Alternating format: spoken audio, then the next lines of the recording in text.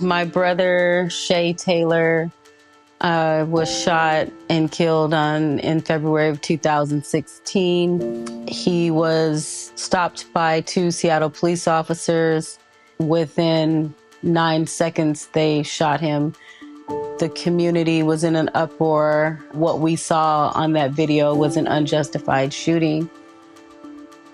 I sat down with the chief of police, and I told her something that I know that she wasn't prepared for. I told her, I says, I know I can't bring my little brother back, but I'm still willing to work with you so that we can reduce the incidences of violence in the community.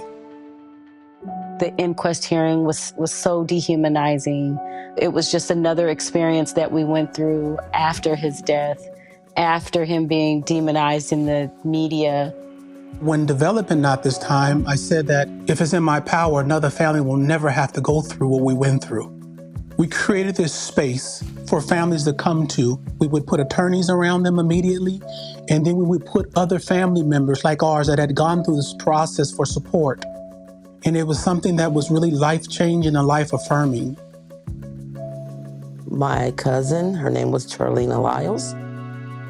A friend of ours reached out to Andre Taylor to come and try to, support the family and give us some kind of guidance on how to deal with all this.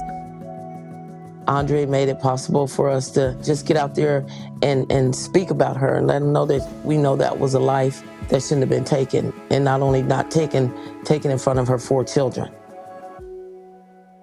Billy was not a criminal.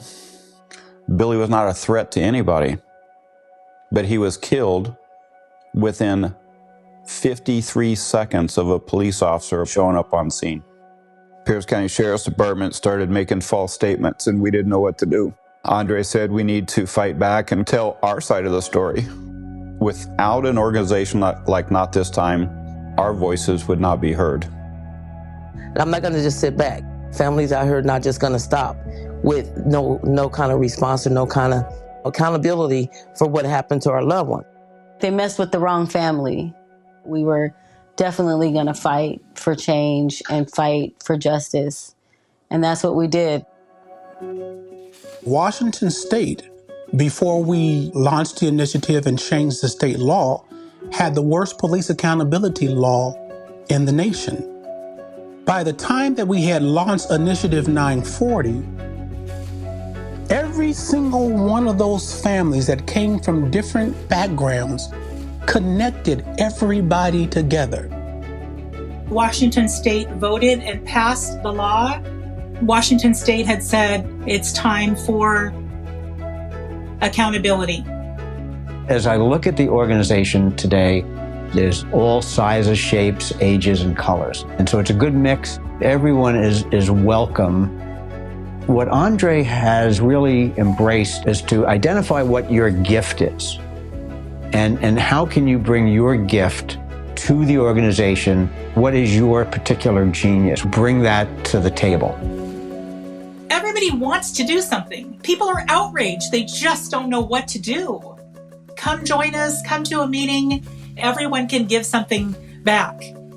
We're excited to have you see what we've done and where we're going and the change that we're going to make. No more families is going to go through what we had to go through. The thing that has happened to our family, there's no filling that hole.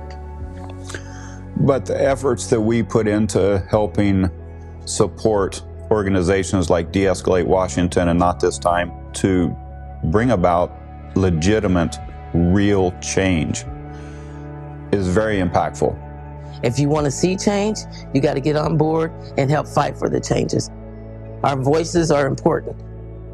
It's a healing process for me to do the work, to know that we're going to get justice, not only for my son, but for other people that's coming along.